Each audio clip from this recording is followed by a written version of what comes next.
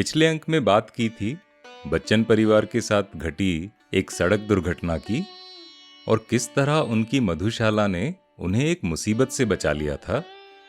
आज बात करते हैं जीवन की अवस्थाओं पर, विशेषकर मानव जीवन में यौवन के महत्व की बातें, यौवन के रंगों की और यौवन के बीत जाने की। मैं हूं अरिसुदन और इस पॉडकास्ट में हम बात करते हैं डॉक्टर हरिवंश राय बच्चन की मधुशाला की, उससे जुड़े कुछ किस्से कहानियों की, उसकी कविताओं के भावार्थों की और कुछ जीवन अनुभवों की। तो शुरू करते हैं आज का अंक।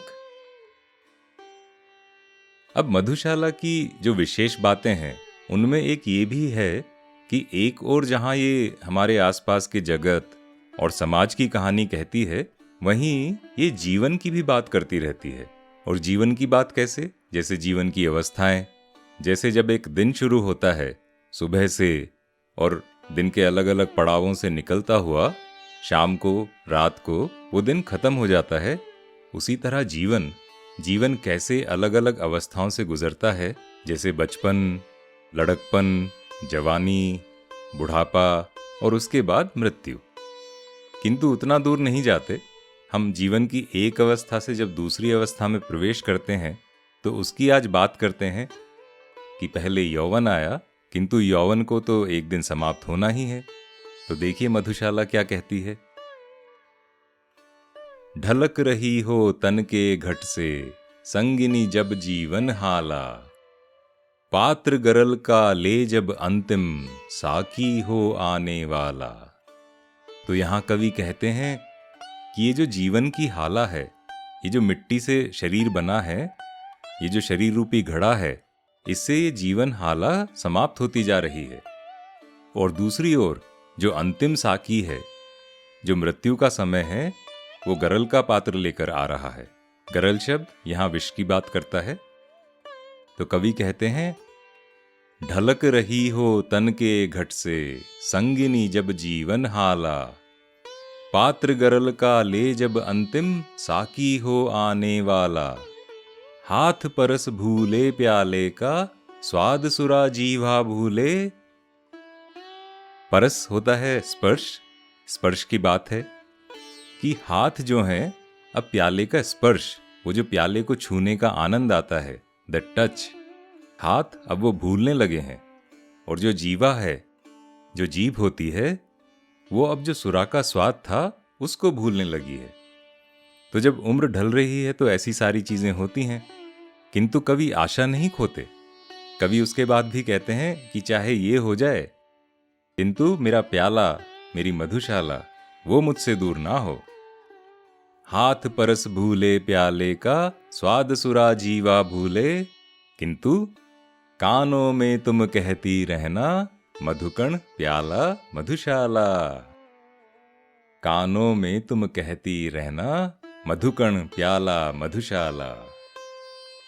तो कितना सुंदर शब्द है यहाँ पर मधुकण, यानी उम्र का आखिरी पड़ाव आ गया, आखिरी हाला आ गई, अंतिम साकी आ गया। फिर भी कवि का कहना है कि कानों में जो आखिरी आवाज हो, मधु की हो, मधु के छलकने की हो, मधुकण की हो और मधुशाला का स्वर हो, लगाव हो तो ऐसा हो। और जो मुख्य भाव है कि यौवन तो अब बीत रहा है, किंतु मानव चाहता है कि किसी तरह से वो यौवन को पकड़ के रखे। ये जो अवस्था है यौवन की, ये बनी रहे। और कितने लोग होते हैं जो जवानी के जाने को और बुढ़ापे के आने को सहजता से स्वीकार कर सकें। लोग तो चाहते हैं कि उनकी जवानी जाए ही नहीं। अब ये भी कहा जाता है कि old age is like second childhood, अर्थात वार्धक्य या बुढ़ापा वो एक तरह से बालपन का वापस आना होता है, बचपन का वापस आना होता है। अलबत्ता जवानी को बुढ़ापे तक खींच के ले जाने वाले भी कम नहीं होते। जैसा हमने कहा, रोक के रखना चाहते हैं। और बुढ़ापे में जवानी को जीने का अरमान रखने वाले वो भी बहुत मिल जाएंगे। अपने आसपास अगर हम देखें तो बहुत सारे बुजुर्ग ऐसे मिल जाएंगे जो आज भी ये दावा करते हैं कि अभी तो मैं जवान हूं। और हफीज जालंधरी की एक बड़ी सुंदर कविता है, हवा भी खुशगवार है, गुलों पे भी निखार है, तरन्नुम में हजार है, बहार पुर बहार है। तो कहते हैं कि हवा में खुशबू है, हवा खुशगवार है, गुलों पे यानी जो पुष्प होते हैं उन पर निखार है, फिजा में संगीत बज रहा है। और पुरबहार क्या होता है? फूलों से लदा हुआ एक रमणीक स्थान, बड़ी सुंदर सी जगह। किंतु शायर इतनी सुंदरता की कल्पना क्यों कर रहे हैं? हवा भी खुशगवार है, गुलों पे भी निखार है, तरन्नुम में हजार है, बहार पुर बहार है।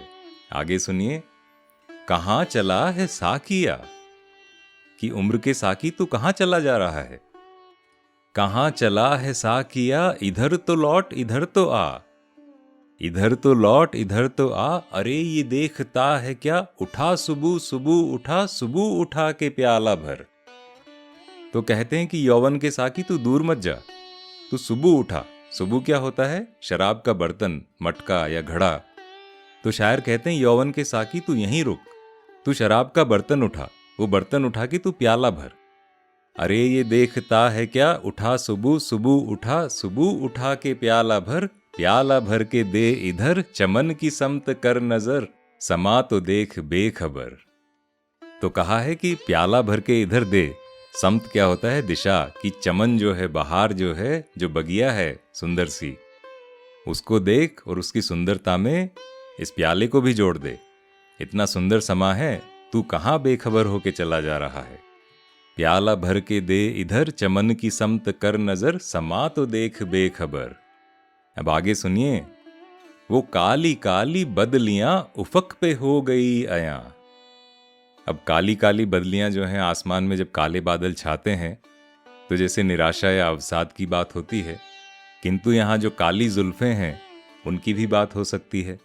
उफक क्या होता है? क्षितिज या होराइजन, और क्षितिज के उस पार तो हमें कुछ दिखाई ही नहीं देता। तो कहते हैं कि वो काली काली बदलियां उफुक पे हो गई अया, वो एक हुजूम में मैं कशा है, सूए मैं कदा रवां। सूए मैं कदा क्या होता है? मधुशाला की तरफ जाने वाली जो गली होती है, तो कह रहे हैं कि उस तरफ कितने लोग चलते जा रहे हैं। वो काली काली बदलियां उफुक पे हो गई अया, वो एक हुजूम में मैं कशा है, सूए मैं कदा रवां। अब आगे देखिए, ये क्या गुमा है बदगुमा, कि जो मदहोश है, जिसको कोई होश नहीं है, उसको कह रहे हैं कि ये क्या गुमा है बदगुमा, समझना मुझको नातवा, ख्याल जोहद अभी कहाँ, अभी तो मैं जवान हूं। नातवा क्या होता है? जो कमजोरी की अवस्था होती है, शक्तिहीन होना। एक अर्थ इसका नादान भी होता है। किंतु यहां बात कर रहे हैं जब यौवन की शक्ति समाप्त होने लग जाती है, बुढ़ापा आता है, कमजोरी आने लगती है, तो उसी के लिए यहां कहते हैं समझना मुझको नातवा, ख्याल जोहद अभी कहाँ, अभी तो मैं जवान हूं। और ख्याल जोहद क्या होता है? धर्म का ख्याल। जब कहते हैं कि जीवन बीत गया, अब धर्म में मन लगाओ, तो शायर कहते हैं ये क्या गुमा है बदगुमा, समझना मुझको नातवा, ख्याल जोहद अभी कहाँ, अभी तो मैं जवान हूं। कि ये धर्म वर्म की बातें अभी मत करवाओ मुझसे, अभी तो मेरी जवानी कायम है। ख्याल जोहद अभी कहाँ, अभी तो मैं जवान हूं। हफीज जालंधरी ने ये गीत पक्का अपनी नातवानी के दिनों में लिखा होगा।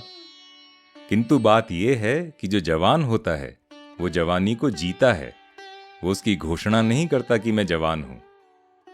तो इस नज्म को बहुत लोगों ने बड़े सुंदर तरीके से गाया है।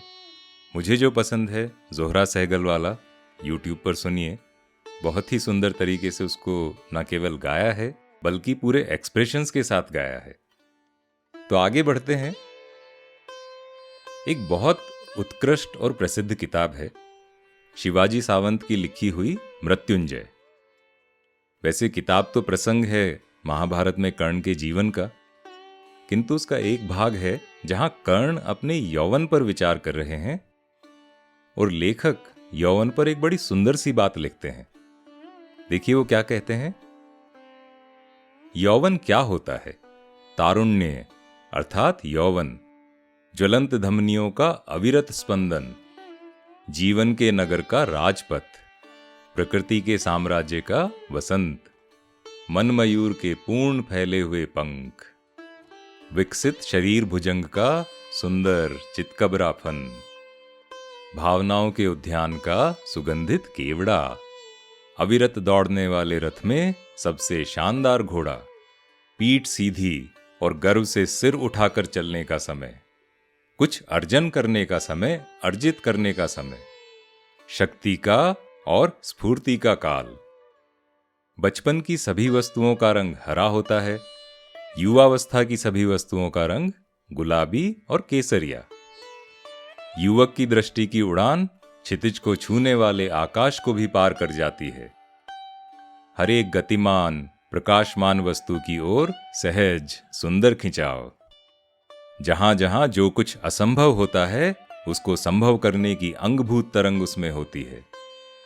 और ये युवावस्था का जो रथ होता है, उस रथ में 5 घोड़े होते हैं: पुरुषार्थ, महत्वाकांक्षा, निर्भयता, अभिमान और औदार्य यानी उदारता। जो सामर्थ्यशाली होता है वही है यौवन। परिस्थिति के मस्तक पर पैर रखकर झुका देने की जो विचारधारा है वो यौवन है। निर्भयता तरुण के जीवन संगीत का सबसे ऊंचा स्वर है। अभिमान है युवावस्था की आत्मा। तरुण मनुष्य यानी जो युवा होता है वो अपनी श्रद्धाओं पर सदैव अभिमान करता है। इतना अभिमान कि समय आने पर उनके लिए प्राण तक देने को तैयार रहता है। और उदारता है यौवन का अलंकार, अपनी शक्ति का दुर्बलों की सुरक्षा के लिए किया गया उपयोग, स्वयं जीवित रहकर दूसरों को जीने देने का अमूल्य साधन। ये होता है यौवन, और ऐसी होती है यौवन की तरुणाई। और जहां ये तरुणाई होती है वहां अपमान से व्यक्ति चिढ़ता है। जहां ये तरुणाई होती है वहां अपने न्यायपूर्ण अधिकार पर किसी के आक्रमण से व्यक्ति क्रुद्ध हो उठता है। जहां ये तरुणाई होती है वहीं वास्तव में विजय होती है। वहां विजय होती है, वहीं प्रकाश होता है। तो ये था यौवन का एक बड़ा ही सुंदर वर्णन शिवाजी सावंत के शब्दों में। किंतु जब यौवन बीत जाता है तो क्या होता है? चलिए मधुशाला से ही पूछते हैं। गिरती जाती है दिन प्रतिदिन प्रणयनी प्राणों की हाला, भग्न हुआ जाता दिन प्रतिदिन सुभगे मेरा तन प्याला। तो बड़े सुंदर सुंदर संबोधन हैं जीवन के लिए, जीवन के साकी के लिए, मधुशाला के लिए। पहली पंक्ति में कहा प्रणयनी, संबोधित करके कवि कहते हैं कि जो प्राणों की हाला है ये दिन प्रतिदिन सूखती जा रही है, गिरती जा रही है, बहती जा रही है। अगली पंक्ति में सुभगे का संबोधन है और कहते हैं कि सुभगे, ये जो मेरा तन रूपी प्याला है या प्याले रूपी तन है, ये टूटता जा रहा है, खराब होता जा रहा है। और जब प्याला टूटने लगे तो हाला तो गिरेगी ही। गिरती जाती है दिन प्रतिदिन प्रणयनी प्राणों की हाला, भग्न हुआ जाता दिन प्रतिदिन सुभगे मेरा तन प्याला। रूठ रहा है मुझसे रूपसी दिन दिन यौवन का साकी। अब देखिए, इस बार संबोधन है रूपसी। कवि कहते हैं कि रूपसी, देखो मेरे जो यौवन का साकी था वो मुझसे रूठता जा रहा है, कि यौवन मुझसे दूर जा रहा है। रूठ रहा है मुझसे रूपसी दिन दिन यौवन का साकी, सूख रही है दिन दिन सुंदरी मेरी जीवन मधुशाला। जो मिट्टी के सांचे में ढल के तन का प्याला बना था अब टूट रहा है, और यौवन रूपी साकी अब रूठ रहा है। उम्र के पड़ावों की बात है।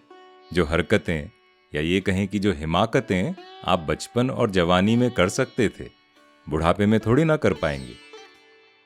जीवन के पूर्वार्ध के साथ बढ़ता हुआ बल था, यानी जीवन का जो फर्स्ट हाफ होता है उसमें बढ़ता हुआ बल था, पौरुष था, साहस था, उमंग थी। किंतु उत्तरार्ध जो जीवन का सेकंड हाफ है, उत्तरार्ध के साथ ये सब कुछ धीरे धीरे कम होता जाता है। रूठ रहा है मुझसे रूपसी दिन दिन यौवन का साकी, सूख रही है दिन दिन सुंदरी मेरी जीवन मधुशाला। तो जहाँ कुछ लोग जवानी का जाना स्वीकार नहीं कर पाते, वहीं कुछ लोग कहते हैं कि यौवन गया तो क्या हुआ, सबसे अच्छा समय तो अब आने वाला है। रॉबर्ट ब्राउनिंग अपनी रैबाई बेन एजरा में कहते हैं कि जो रैबाई है वो कहता है, grow old along with me, the best is yet to be. Rabbi कहता है कि मेरे साथ बूढ़े होना शुरू करो, क्योंकि सबसे अच्छा समय तो अभी आने वाला है।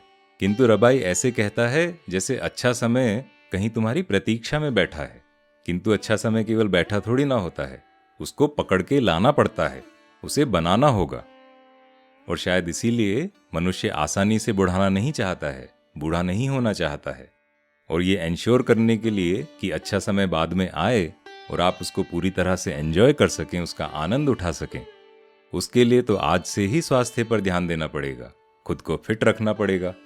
वरना वही बात हो जाएगी कि जब दांत थे तो चने नहीं थे, और जब चने हैं तो दांत नहीं हैं। अब प्राचीन भारतीय मनुष्य 50 वर्ष के बाद की जो अवस्था थी उसको वानप्रस्थ कहते थे, आज भी कहते हैं। और ऐसा क्यों होता है? वानप्रस्थ का शाब्दिक अर्थ होता है वन को जाने वाला, यानी जंगल की तरफ जाने वाला। तो इससे एक आभास तो ये होता है कि हमारा जो प्राचीन मानव था वो जीवन के क्षेत्र का, जीवन की लड़ाई का बड़ा ही कठोर योद्धा था। जैसे ही उसको लगता कि उसका बाहुबल, शक्ति कमजोर होने लगी है, तब वो नगर की सुविधाओं को त्याग कर वन जीवन की जो असुविधाएं होती हैं, जंगलों और पर्वतों की जो कठिनाइयां होती हैं, कष्ट होते हैं, उनको अपने मनोबल से चुनौती देता था। जितनी बढ़ती है उतनी घटती है, उम्र अपने आप कटती है। तो सार ये है कि स्वयं को चुनौती देते रहो, कीप पुशिंग योरसेल्फ। सिर्फ जिंदा नहीं रहना है, जीना है, लिविंग ओवर सर्वाइविंग।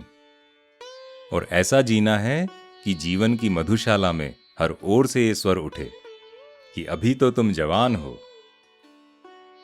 तो इसी सकारात्मक विचार पर आज विराम लेते हैं।